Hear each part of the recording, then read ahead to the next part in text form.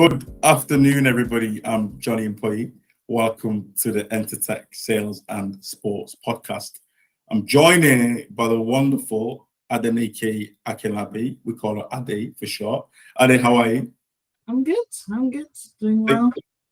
Thank you so much for joining us. I know this has been a long time in the pipeline, so I'm grateful that you've been able to make some time for us.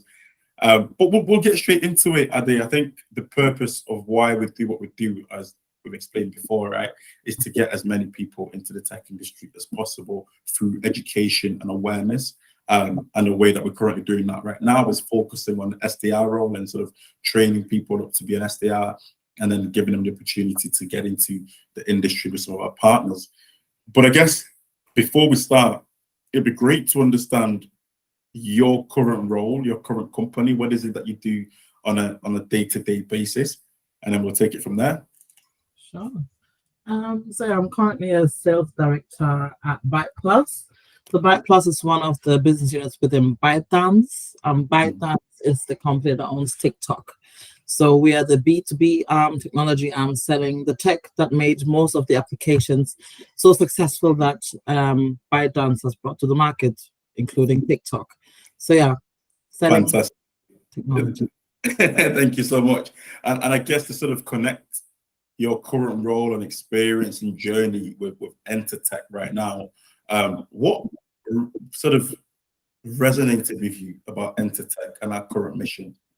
I think the key thing is that would have been something that I would have looked for when I started off, like a company who can help you get into tech. Because there's so many people who want to get into tech, but the misconception is, they need to know how to code or have a degree in something complicated before they can get into tech. So knowing that there are companies out there like Entertech who can help people transition straight from uni into their first role, train them, educate them, and prepare them for the world of tech. So yeah, that's something I really like, and I really like to support. So absolutely, and I really appreciate that. And I guess that's a really good point, because I've always said when I sort of entered the tech industry, it was such a struggle. I had no idea where to go, who to speak to. Like from your perspective, sort of, how did you enter the industry? I'd be keen to know. Yeah, so I basically fell into it. I didn't really look into it, and I think one of the key things were my language. So I grew up in Germany. Okay. So I then left Germany when I was like 19, 20. I moved to Ireland. So we're looking for a lot of German speakers in different roles. So I guess I just fell into a company where they were looking for a German speaker, and it happened to be a tech company. That's amazing. So I didn't really look into it. It was the language that brought me to it. So I love that. That's funny, because I went from Card Factory and I spoke to a couple of recruiters. And I remember one day, they asked me, what do you think sales is? And my understanding of sales then was just, I sell cards in Card Factory. I've sold McDonald's, I've worked at Asda, you sell, just retail stuff. And I think it's that educational element as well, right? But I guess before sort of going into your educational background and sort of transition from education into the SDR role, how did you find that culture change from Germany to Ireland? What stood out, and what advice can you give anybody that's sort of changing environments like that? I guess, the key thing being a minority, so I grew up in a very small village in Germany. Right. So coming to Ireland, seeing a bit more diversity when it comes to companies, that was a shock for me. Right. And I think in general, just how I think Germans are very strict on keeping to the rules. Yeah. Coming to Ireland or to the UK, where everything is a bit more different and more relaxed. I think that was one of the key things. And yeah, it was one of my first really corporate roles anyway, when I got to Ireland, compared to when I was in Germany. So yeah, I think just fitting into different cultures. Again, because most of my roles were selling to Germany, so I had to keep the strict composure to deal with the Germans, but I was in a country that was more relaxed, where everything is more different. I love that. That's really fascinating. And I think a lot of young people getting into the industry, they're really looking forward to the traveling aspect of it. And I think having someone like yourself who's sort of gone through that and is thriving, obviously, as we can see. So it's a good foundation, and it's a good source of inspiration, really. And I guess, like I said, earlier, I obviously left uni, Card Factory, then tech. what was your transition like from education? And what did you study, if you don't mind me asking? And Business management. So okay, in Germany, I did I think A levels, what they call it, A level. right, Germany, they push more for, they call it Ausbildung. I think in English it's like, I think apprenticeship, where you work and you school at the same time. yeah, So that's what they push a lot in Germany. That's why young people they start working early right, compared okay, to the uni route. So mhm, in Germany, I did the A levels and then straight started working. So like McDonald's, all the typical jobs, call center jobs. yeah, So when I then got to Ireland is where I then started my degree in business management. So I was working and studying at the same time. right, okay. Yeah, did that in Ireland, and then yeah, started off my career and doing in the SDR world. That must have been difficult, the working and studying at the same time, right? And I feel about a lot of our cohort do work and sort of study at the same time as well. So Yeah. if you were to give one piece of advice for those guys trying to balance work and studying to eventually get into the desired career, what would it be? What kept you going? I guess you have your goal in front of your eyes, and Mhm, it helps you to be disciplined. right. So knowing that you can school and work at the same time, it's a big plus. In Yeah, interviews, if people ask you that, oh, so you're doing both, that shows you're someone who's very disciplined to know you can. absolutely. So it's a plus. Yes, it's going to be hard, but it's going to be beneficial to you down the line, definitely. Fantastic. I So, appreciate that. So keep your goal in front of you and yeah, stay disciplined, because otherwise you literally will not get where you want to get to. I appreciate that. yeah. And now we dive into the SDR world, right? I always say to people, nobody forgets their first SDR role. Yeah, I mean, it's such a foreign world that you never forget that first experience. How did you find that role? Like, what were the pros, what were the cons, and sort of looking back on it now, what would you have told yourself before you started? Um, Gosh, I think the key thing that I learned first of all how to handle. I think one of my what helped me Mhm. handle the no's and the rejection is one of the call center jobs I did was in the cancellation department for O2. So I Okay. get angry people on the phone and I have to keep them and save them. So Yeah. then doing an SDR where you're calling and calling and calling and people hanging up, not picking up, saying no to you, not even want to talk to you. I had Mhm. resilience because I was used to it. Right. But if someone new and you have to then you feel like, oh, I'm not doing it right because everything you get is a no or no Absolutely. you hundreds of emails. So I think the SDR role really gives a foundation of the resiliency if you want Mhm. to go into sales or any other role because Right. it's not easy. It's not for the faint-hearted. I Uh-huh. must be someone who has the personality that okay, you can endure, you have a tough skin, you don't take it personal, and you can stick through it. So Absolutely. yeah, so I think these are the key things I saw in my first role and which I felt okay. It is okay. Definitely. So you felt like it was quite a seamless transition, right? Because like you said, you'd been used to calling people on the phone and Exactly. you'd been used to getting the no's already anyway. Yeah, So going into that environment was just like, okay, I've done this before. It's about just learning the product and doing it again, right? exactly. So now learning everything. And again, for me, key thing was since I left Germany, all my Mhm. roles until this role were all German. Wow. So always calling Germans, Yeah. trying to writing emails in German. So everything in German. So for the people who have multiple languages and are hired in Mhm. an SDR role in another language, the Uh-huh. key challenge that you will have is always having resources in your language. Because if you're an American company, they think, oh, everyone is happy to do it in English. Yeah, The truth, whether it's France, whether it's Germany, they prefer to do business in their language and they prefer content in their language. It's absolutely. one pages in their language. So it's a lot of extra work for you as a language speaker then to translate stuff and create things yourself and make it work. Yeah. So it adds a layer on top of it on the basic SDR role. So Okay. write email to yourself. Uh-huh. You're the person speaking language. Nobody else can proofread it for you. So Yeah. it is a lot, but it helps and builds you. So I agree. I had a friend who shortly, because the SDR role was difficult enough as it was, but yeah, then I had a friend who was a French speaker who joined our company, and yeah, literally I observed everything you're saying. He had to create new email sequences, one pages, everything by himself. And exactly. seeing where he is today and how well he's doing, it definitely does build you up. So there's always pros and cons, I guess. That's Exactly. brilliant. And I guess from an interview process perspective, right? Yeah. Trying, because a few of our cohorts, and probably, if not most of them, these interviews they're going to be going for are probably the first sort of savvy set of interviews they're going into. How did you find the interview process to becoming an SDR? And if you look back on it in terms of the people you've interviewed as well, or any feedback you've heard, what advice would you give people that are going in sort of getting interviewed and stuff like that? What can you look out for? What's good to portray and make sure that you cover? Yeah, I think the key thing is for you to show examples of how you deal with difficult situations. Like the basic questions of knowing the history of the company, it's fine, but that's not what people want to see. They want to see what kind of personality you have. How do you deal with hard, difficult situations where things don't go well, rejection.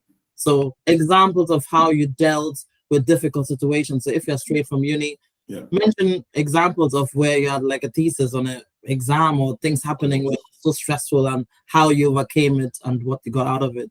So they want to see examples of how you think you can deal with stressful situations or rejection or not getting what you want or how you keep trying. So examples, a lot of examples, especially in sales. Yeah. We're surprised how many people apply for sales roles, but they don't add any numbers on their CV. Right. On their CV, they'll just write, oh, this is my role, this is what I had to do, and that's it. But if you're a salesperson, you want to see the numbers. Okay, this is how many calls I did, how much conversion I got, this is how much revenue I brought in. So always have facts and examples. Showing what you think you can do and what you bring to the table. Absolutely. I think the key thing I would say, show examples of your personality, of what you think you bring and why. Yeah, I love that. And would you say in terms of your own interview process to becoming an SDR, they're the things you really focused on that you think really helped you? Yeah, definitely showing that. I guess for me, it was the background to call center. So making a lot of calls, knowing difficult people. So I had loads of examples to show them I know how to deal with hard situations. Fantastic. Angry customers. So I appreciate that. I think you're right. It's one thing saying I can do this, but then it's a different thing saying, here's how I did it. So really, really good point. And again, another key, obviously you've got the finding out the industry, then you go and apply for the job, then you go for the interview process. But how was the onboarding experience for yourself? You've touched on it there briefly in terms of creating your own content and your own one pages. But overall, when you look at your first role, how would you say you found that onboarding experience? And what are the key things that people can look out for during the onboarding process? There are a lot of differences depending on what kind of company you start in. I think I was lucky. I started working for big American organizations who already build up, have like a whole onboarding process, enablement person. So you have a whole boot camp that you go through. It's beneficial if you're in a company where they already have it set out for you. All you need to do is attend and learn and get all the data in for the week that you're in the boot camp. But in companies where they don't have like an onboarding process, everything is in the air. It's more on you. I'm very much of a people person. So I learn much by doing than just reading documents and looking at PowerPoints. I learn by doing. So what I always advise people to do is one, learn from people, shadow people that have been there before you. Sit in, listen to calls, ask them like, oh, what do you do? What is your success? How do you do things? And learn from different people. That's the thing. If you're in a company that is not set up, if you have like a whole boot camp and everything, then you go through the process of how they want you to sell, how they want your job, and just add your spin to it. Completely agree. No, thank you so much for that. And I think it's so important because it's essentially the foundation of the rest of your career in that company, isn't it? Because I think some people go in and they're shy. I think being curious and just asking as many questions as possible is you have to do that to make sure that you're building that foundation, that the knowledge you're getting in at the beginning is what will carry you through as you progress. And I think also the SDR role helps you to understand what kind of person. Not everyone initially you think, oh yes, I can do this. But I have a friend who wanted to go into tech, started an SDR role, but then she realized, okay, this is not for me. I'm more introvert. I don't want to role where people are asking me, okay, what are you doing? How much pipe have you got? What have you been doing? She doesn't want that. She wants a job where she does focus on other things. And now she wants to be a data analyst. So it's also important to understand what kind of person you are. If you are a salesperson or you rather not, and you want to go into customer success or into HR or something else. So there's so many roles you could do, but SDR is a good role for you to understand, okay, is this for me or not? I love that. And I think that in order to understand that comes through experiences, doesn't it? And speaking of experiences, sort of we all have an embarrassing experience, right? I mean, I remember mine. Of course, we used to sit in an area where it was quite open, and I called up a prospect, and really early on in my career. And you've got all these senior guys that know exactly what they're talking about. And I was on a call, and my mind went blank. I got asked a question, and rather than just saying I don't know, I'll get back to you with a question, I tried to sort of butcher my way through it. And then one by one, you could just see the senior guys turning around, looking at me. And it's that moment I decided to just hang up the phone. I took the L. When you remember back, what was the experience that was so bad that you always sort of stands out to you? And then we'll focus on a good experience as well that made you realize, actually, I'm good at this. But let's start with the embarrassing one first. I have to think. I think the benefit I had is if you're the only German person, nobody knows what you're saying. So even if you're yourself, it's only the person on the phone that knows. Of course. I have to think. Oh gosh. And from those conversations, I guess, even from those conversations on the phone, like what's a question or prospect that you remember that really caught you off guard and you had to sort of... I think in the beginning, it's like literally if you get someone, you're so excited, oh, someone picked up the phone and you need to listen, and then you forget your whole script of what you wanted to say, and they're like, so why are you calling me? What do you want? And then you're blank and you're like, oh crap. Why is it talk to you now? So I guess the excitement in the beginning, just finally getting someone on the phone, and then having your elevator pitch ready in 3 minutes. This is why I want to talk to you. Do you want a meeting? Yes or no? I love that. How about that validation call and that call that made you think, around that period that you thought, you know what, I'm good at this. I want to do this for a long time. When was that moment for you? That light bulb moment? I think when you're if you're an enterprise SDR and you have like this key accounts that you need to get in, and then you're able to get one of those big fishes that they want a meeting with, and you're able to get an email from a CMO or from a head of something, I would be happy to have a meeting. Like that feeling that, oh my gosh, I got a meeting for this big company. Like it's so surprising if you tell someone, oh, I work in tech and I deal with companies like Google, Mercedes, and all these big companies that you're dealing with. It's like it gives you a good feeling knowing that these are the companies you're dealing with. I agree. No, I completely agree. It's a nice feeling. And it just shows that the hard work and the nights of doubt eventually come down to that, like this one big meeting. And then from then on, you definitely carry on with that experience, don't you? Exactly. So definitely the feeling of knowing, okay, you've achieved it and got into a big company. I love that. Yeah. Well, I guess the name of the podcast is Sales and Sports. When it comes to sports, have you got... I mean, it doesn't have to play, you don't have to participate, but have you got a sport that you maybe did when you were younger, or a sport that you enjoy right now that you think, you know what, that's my go-to sport? What would that be? Not right now. So when I was young, I think around 12, I was playing basketball. So I was pretty good. I love that. So I don't know how they call it in English, but if you get to a certain level that you're that good, then you get to a level where you play against other states in Germany. And the best of all the states that make one team to play the country. So I was that good until I think I was 16. I had a knee injury, and then I wasn't able to play anymore. So basketball was really, I loved it when I was younger. That's really intriguing. And how did you get into basketball? Like, when's the first time you even thought, you know what, I want to play? It was like a summer camp thing, and then just played, and then the coach saw me. I was like, oh, you're actually good. And then I signed up. I love that. So I love that. And something we try to do on the podcast, right, is try to evaluate a sport and analyze it and sort of think, okay, what skills from this specific sport, so in this case, basketball, are transferable to sales? Because we believe they go hand in hand, whether it's football, whether it's basketball, or a lot of different sports definitely go in hand with sales and the sales process and experience. So from your perspective, when you remember everything that you'd had to do in basketball and you compare it to your current environment, what are some of the key transferable skills that you think sort of you need in both environments? I guess the one that everyone says, teamwork. Yeah. As a salesperson, yes, you drive your revenue and everything, but you can't close the deal without a team. You have an engineer, you have, if you're AE, you have an SDR, you have customer success. So it's teamwork, like even as a team. And hard work, persistency, and consistency. If you don't consistently always prospect every day, every week, and keep doing that, Yeah. you will always get new pipeline or new deals. So you have to train in basketball. You have to train to be better, train to improve. So yeah, consistency.